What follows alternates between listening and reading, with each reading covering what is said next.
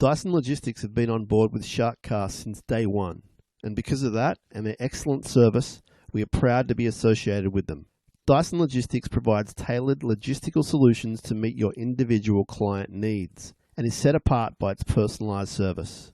Dyson is a strong worldwide agent network, enabling highly competitive rates, and I should also point out their head honcho is a lifelong season ticket holder of the mighty Cronulla Sharks. Find them online, www.dysonlogistics.com, or call them on 02 8339 1844. Dyson Logistics, service delivered. SharkCast! SharkCast!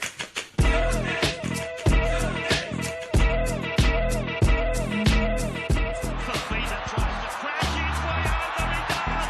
Fafita got the ball over the line! And to all you people back in the Shire, turn your porch lights off because we're coming home with a trophy.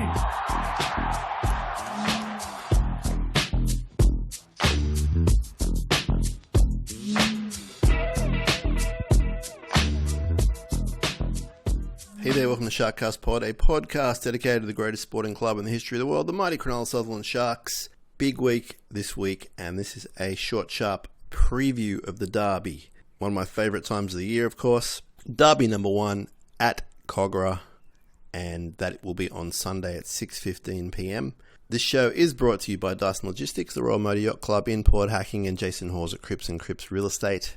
Hope you enjoyed the weekly flagship midweek episode with special guest Gary Dover. That was wonderful of him to give us his time, which is very precious, of course, and some great insight into the club as someone who's around the players most of his days and some nights. Thanks to everyone who's been in touch. sharkcastpod@gmail.com. We're on the Twitter, we're on the Facebook, we're on the Instagram. You can DM us there as well. And a quick plug for our merchandise, rugbyleaguemerch.com, and look up the SharkCast page and lots of cool shirts and things like that that you can possibly be interested in, and maybe some more coming as well for winter. Short, sharp episode featuring 2 interviews I conducted with 2 Sharks players at training during the week. Spoke to Max Bradbury, young prop, who came from Newcastle and has been spending his time in the lower grades. He's only a young thing. Big fella though, and big future. Had a great chat with him. Really nice person and can speak well, and very content being here in Cronulla. And also caught up with our old friend Royce Hunt, who's always a pleasure to talk to. And so you'll be hearing those 2 chats on this short, sharp episode. So first of all, let's throw to the young fella, Max Bradbury. Hope you enjoy the chat. Okay, here with Max Bradbury. Max, nice to meet you. How's your time at the club so far? Yeah, it's been great, eh? I'm loving it, really. It's just the normal now, like really quickly, like just, fell in love with the boys and the club, and yeah. Did it come as a shock to you how quick the development happened? Did you have an inkling that you were being shopped around, or? Oh, not really, nah. It all happened really fast. Yeah. Sort of like in like a week. It all happened, so yeah, really quick, and then got into camp, so yeah, it took me by surprise a little bit, but then I was also happy with it as well, like happy with the move, and so yeah, it excited me. What sort of changes, aside from, I'm assuming you moved house, but like what, as far as like club to club, what's the differences so far? I know it's early days, but coaches are really different, like in Fitzy and Adji. Like, yeah. I liked Adji, and but yeah, it's completely different, like perspective on footy, and I'm learning so much through Fitzy, like especially defence-wise. Just like training. Obviously, it's a bit different, but yeah, I'm finding like I'm fitting in pretty well and loving it. So yeah. You've built a good rep already. People around here talk about how you drove from Newcastle straight to training with barely anything in your car and no gear. And what was your first day like at training at camp? Well, yeah, it was. Did you know anyone? No, yeah. Lachlan Crouchy, he's with Flegg, he was up here for a little bit, and which was good. That helped a bit. Yeah, pretty much. Just come with a bag, packed just some clothes, and went down to Wollongong. And the first day was I was sort of getting to know everyone and everything, like training wise, and yeah, I was a bit nervous, but come good. And then we got a bit of a touch up the next day, so that really welcomed me. So yeah. And how are you finding? I mean, Newcastle it's not worlds away, style-wise, locationally, to Cronulla. You're fitting in Cronulla, you like the beach. Oh yeah, I'm loving it. Yeah, it is very similar to Newcastle, and a lot of people have said that. But when I was living in, I wasn't right in the city in Newcastle. It was about half an hour out, so it's actually, I'm really loving it, being so close to the beach and everything being so close, really. So yeah, I'm loving it here. You're only a young fella, but there's already big raps on you. You played for the state in your specific age and killed it there. What's your goals this year? Do you see first grade this year? Oh, look, it would be awesome. Like, obviously, it's my dream, and if I could get there, just get a game, that'd be, yeah. Do you think you're on track? Not right yet. I've still got a lot to do and just find my feet. I'm playing a bit of flag at the moment. Obviously, played for the Jets, and I still think I do have a lot to learn. But I think, I can hopefully, possibly get a game this year. Yeah. And what's it like? Dale Finucane's behind us, and Fafita's hanging around. And what's it like working with those guys? Oh, especially Dale. He's the best. Yeah. Like, he's got such a knowledgeable head. Like, if I ever need learning wise with football and even off field, he's so good. But I can always go to him and Cam. But just them to themselves, they work so hard and they've earned everything by working hard, and it's such a good thing to look up to, and that's what I inspire to be. So yeah, it's really good. Who do you base your game on? I know your own self and you've got your own style, but who would you say, if I said to you, who's your role model as far as playing goes? Oh. Even like going back 4 or 5 years, whoever it was, who's your guy? Yeah, well, when I was obviously at Newcastle, grew up there, I'd love the Chief from back in the day, just big workhorse, run hard, tackle hard, and always sort of looked up to him. But then growing up, I started getting to meet a lot of, when I started training up with the grades, and that's obviously at Newcastle, the Saffs, I love the way they play, just the Saifidi boys, they're such tough, gritty players. So, like I said, growing up was sort of the Chief, sort of like that. But then the Saifidis, because I got to know them and love the way they play too. But then you look here at the boys here, like Dale. If I could play like that too, it would be awesome too. So, yeah. Is it hard to switch off from, being a Newcastle, I guess, fan all your life, and you're playing with them? Click, you're gone. Is it hard to turn that off? Well, I thought it was going to be, but then honestly, I've fallen in love with the joint here. So, I'll always love Newcastle, but right now I'm loving the Sharks. So happy to be a Shark, and I'd love to be a Shark for as long as possible. So if I could work out, then it'd be good. 2 questions we always ask on the show. In 2016, do you remember where you were watching the grand final? Cronulla v Melbourne. I do remember. Yeah.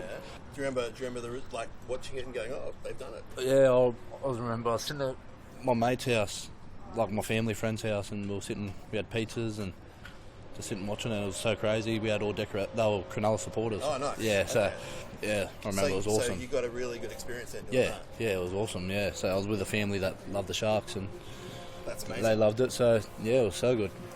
And last question we always ask is, what's on your Spotify? What's your favourite music? There's no wrong answer, obviously. Always love the old top 50. I don't have a exact so no genre. Not really. Favourite artist? Always go back to country. Beautiful. You can't diss some Do you country. want to throw some names in here? Oh, I don't know. Some big country fans amongst your teammates, obviously. Yeah. I don't know. Love the old Gambler. That's always a good one. Okay. Kenny Man, yeah. But other than that, not really. There's no wrong answer. That's right. Hey, appreciate your time. Too easy. We'll speak to you again and watch your stocks grow. And thank you. You're a big boy anyway. Are you still growing? Yeah. I don't know. I hope so. Not too sure. All right. Thanks a lot, Max. Right, thanks, mate. Thanks, brother. Yeah.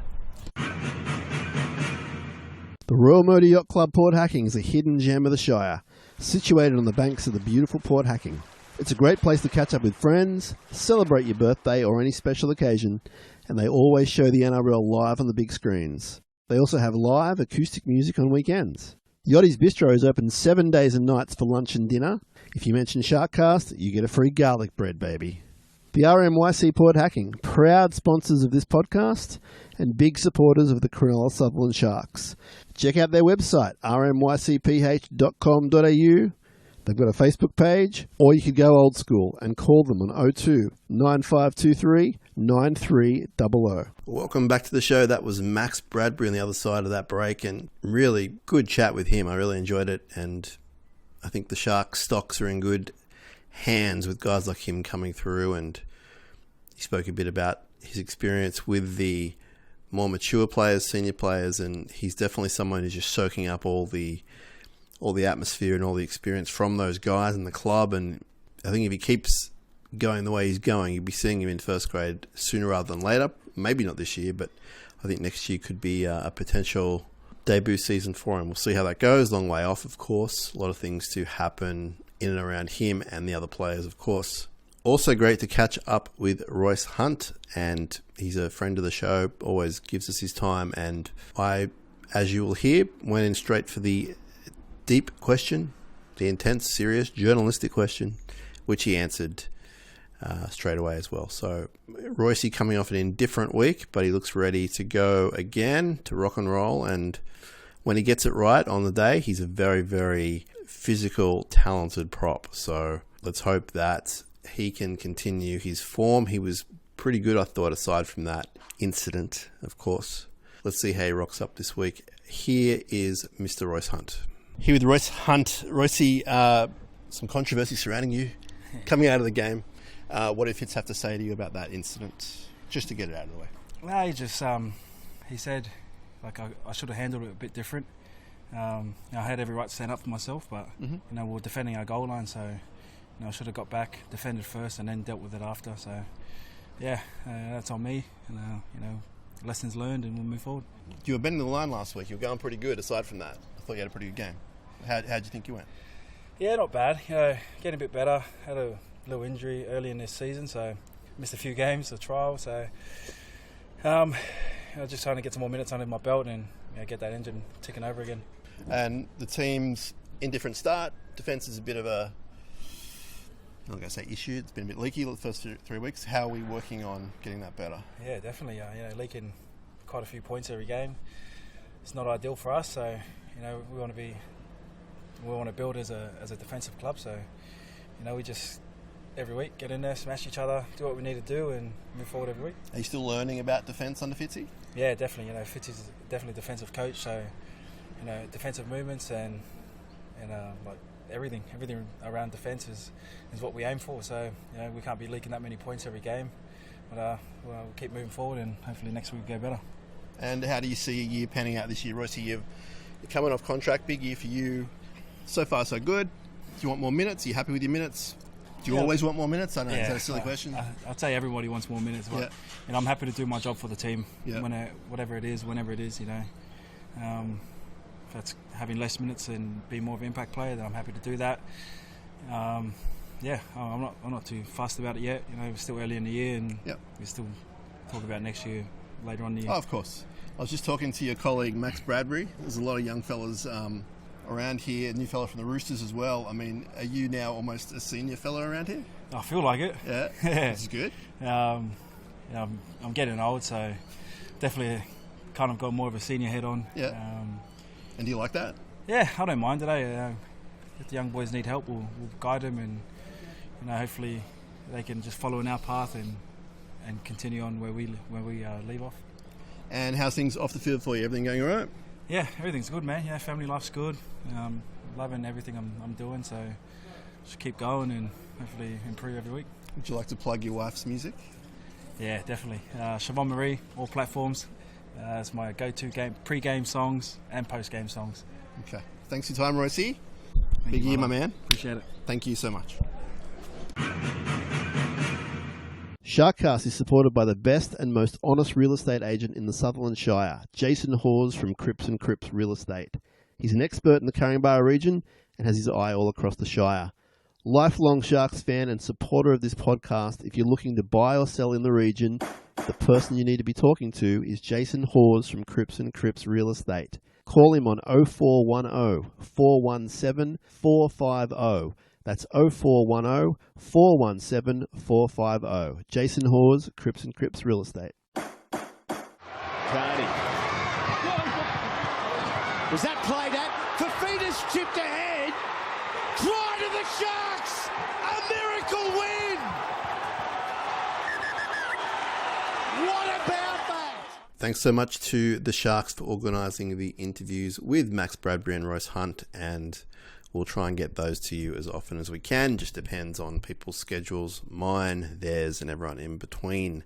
But always a joy to be down around the club, and it's a pretty happy club. I know we've had an indifferent start, I keep saying that, to the year, but as a club, they're sticking pretty solid, and I do expect them to come out and win the derby this week, and that's what I'm here to talk about now. The preview for the derby. My favourite time of year, essentially, is when we play the Dragons. Brings a lot of pressure, though, because if we lose the Dragons, it puts me off everything for ages, so let's not do that. But 6:15 at Kogarah, which we know well now. Swore we'd never go back, but we're back there this week, 6:15 p.m. Great recent record. We've won the past 5, aiming for 6 in a row for the first time against any kind of St George or Illawarra combined Dragon side. So it's never happened since 1967, but it's going to happen this week. We've won 4 straight against them at Kogarah. We've never won 5. Let's make some history this week.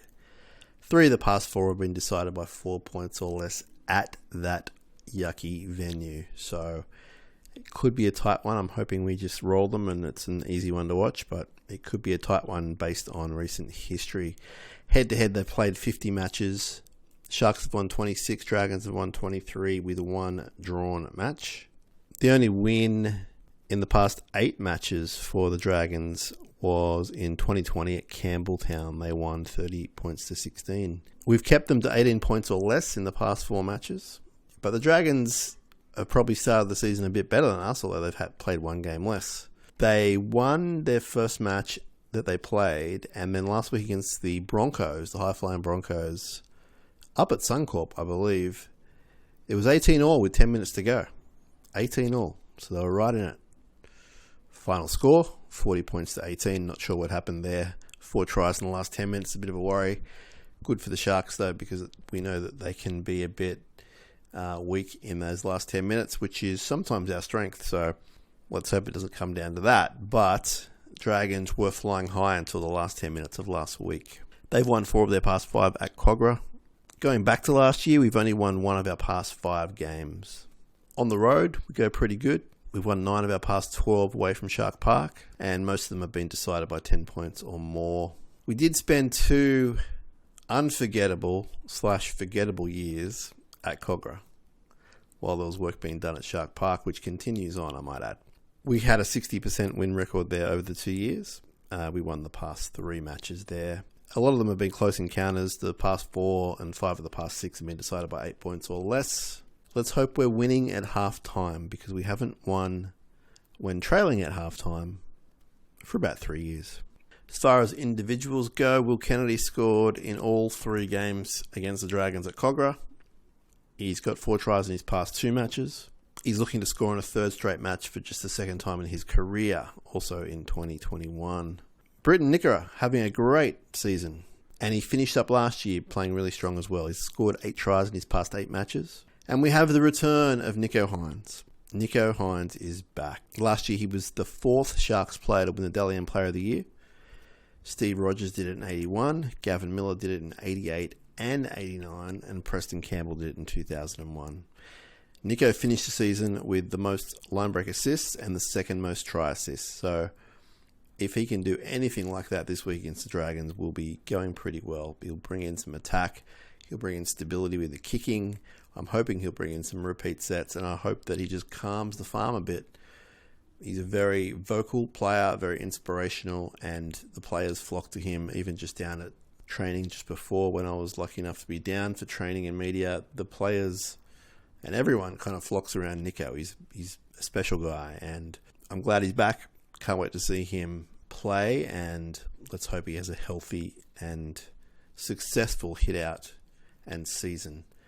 But he is the reigning Dally M Player of the Year, and that's pretty cool. So, I hope you've enjoyed what we've done today with the episode. You got to hear from Max Bradbury. He hasn't done too many interviews. That's a almost exclusive for everyone. And Royce Hunt, fresh off his somewhat controversial game last week, was good enough to have a chat with us as well. Go back if you haven't already and listen to the midweek flagship show with Gary Dover. We'll see how we go as far as the next episodes go. Trying to keep it pretty consistent for everyone, but obviously other things are at play and it's not always as easy as that. But whenever we can do our regular episodes, we definitely will. Really appreciate your support and we'll talk to you soon. Let's win that derby. Remember, we don't like them. You let them know that. Up Cronulla. SharkCast! SharkCast!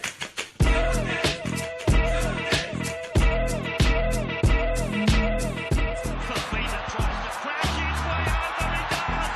Fafita got the ball over the line! And to all you people back in the Shire, turn your porch lights off because we're coming home with a trophy.